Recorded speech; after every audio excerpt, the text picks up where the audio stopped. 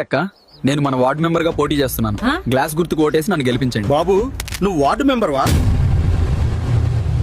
అసలు నువ్వు చదువుకున్నావా? దీని గురించి తెలుసా? గ్రామాన్ని చిన్న చిన్న భాగాలుగా చేసి దానినే వార్డ్ అంటారు. ఆ వార్డుకి ప్రజలు ఓటుతో ఒక వ్యక్తిని నిలబెట్టి నాయకుడిగా ఎన్నుకుంటారు. అతనే వార్డ్ మెంబర్ గా పిలువబడతాడు. వార్డు యొక్క సమస్యలు, రోడ్లు, నీరు, స్ట్రీట్ లైట్స్, అభివృద్ధి పనులు, ఇవన్నీ పంచాయతీకి లేదా సర్పంచ్ కి చెప్పేవాడే వార్డు మెంబర్. సర్పంచ్ కింద పనిచేస్తూ ప్రతి వార్డు సమస్యల కోసం నిరంతర పర్యవేక్షణ చేస్తూ గ్రామ సభల్లో నిర్ణయాలు తీసుకునేటప్పుడు కూడా పాల్గొనేవాడే వార్డు మెంబర్. వార్డు మెంబర్ పదవీ కాలం 5 ఏళ్లు. ఈ 5 ఏళ్లు వాళ్ళని ఎవ్వరూ తొలగించలేరు. వార్డు సభ్యులే కలిసి ఉప సర్పంచ్ ఎన్నుకుంటారు. ఉప సర్పంచ్ పని చేయకపోతే వార్డు సభ్యులు అవిశ్వాస తీర్మానం ద్వారా ఆయనను పదవి నుండి దించుతారు.